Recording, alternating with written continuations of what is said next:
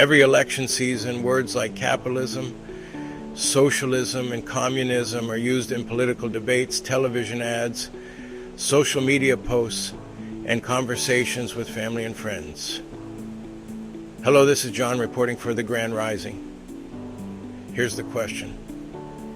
How many of us actually know what those words mean? Today we're going to separate fact from fiction, not to tell you what to believe, but to help you understand the differences so you can make informed decisions. Because an informed citizen is the foundation of a healthy democracy. Let's dive in.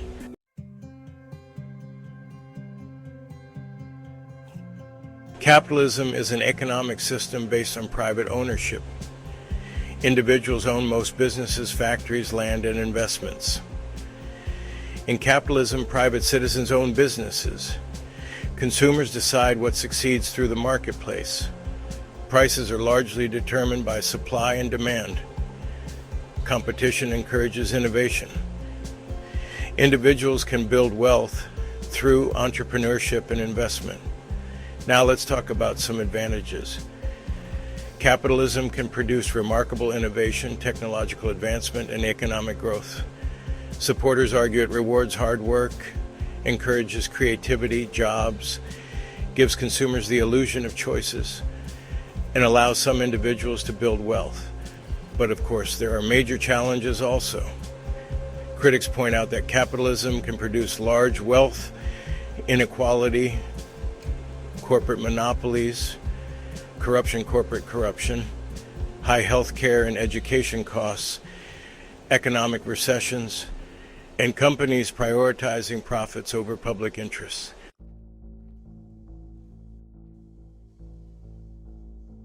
Classical socialism developed during the Industrial Revolution as a response to difficult working conditions and extreme concentrations of wealth by capitalists.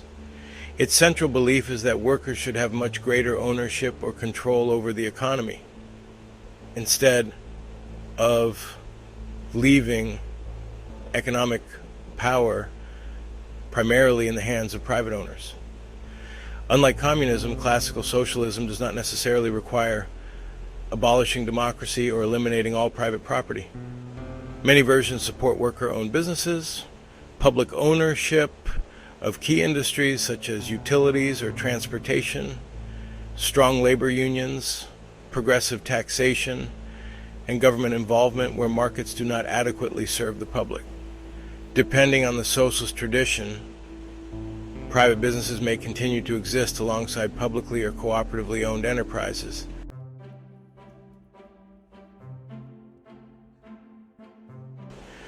What is democratic socialism? Democratic socialism combines socialist economic ideas with democratic political institutions. The key principle is that change should occur through free elections, public debate, constitutional government, and peaceful legislation. Democratic socialists generally support competitive elections, freedom of speech, freedom of the press, multiple political parties, private businesses, market competition, universal health care, affordable education, strong labor protections, and expanded social safety programs funded through taxation. Countries such as Denmark, Norway, Sweden, and Finland are often cited in these discussions because they combine market economies with extensive social welfare systems.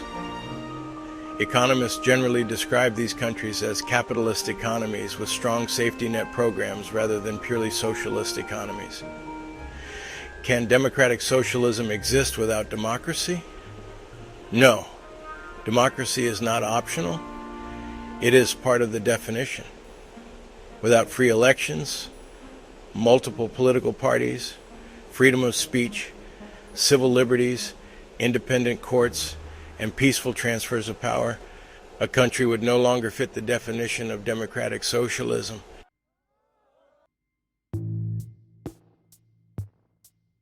Communism is both an economic and political theory that envisions common ownership of the means of production, and in its long-term theory, a classless society without private ownership of major productive assets.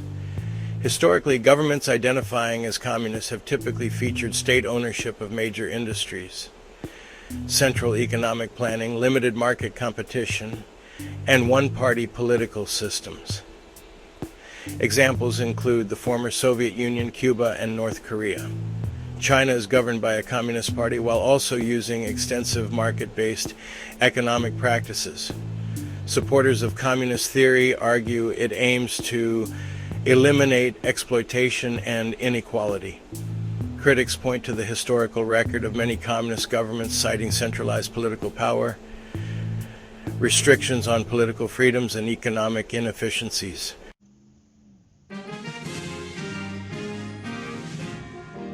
The United States does not operate under a capitalist economy. The United States economic system is best described as having a mixed economy. That means America practices capitalism while also providing public services and regulating parts of the economy. Examples include public schools, public roads, police and fire departments, Medicare, Medicaid, the Social Security Administration, veterans benefits, consumer protection laws, and environmental regulations. These programs do not by themselves make the United States a socialist or communist country. Most businesses remain privately owned, and market competition remains the dominant feature of the American economy.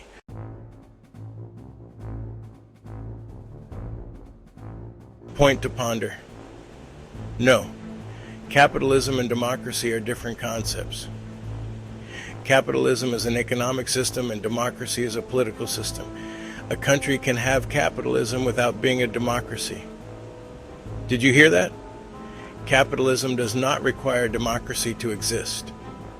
Likewise, a democracy can choose different levels of government involvement in the economy. Many scholars argue that what capitalism needs most is secure property rights, enforceable contracts, predictable laws, and stable institutions. These can exist under different forms of government, although democracies and authoritarian governments often provide them in different ways.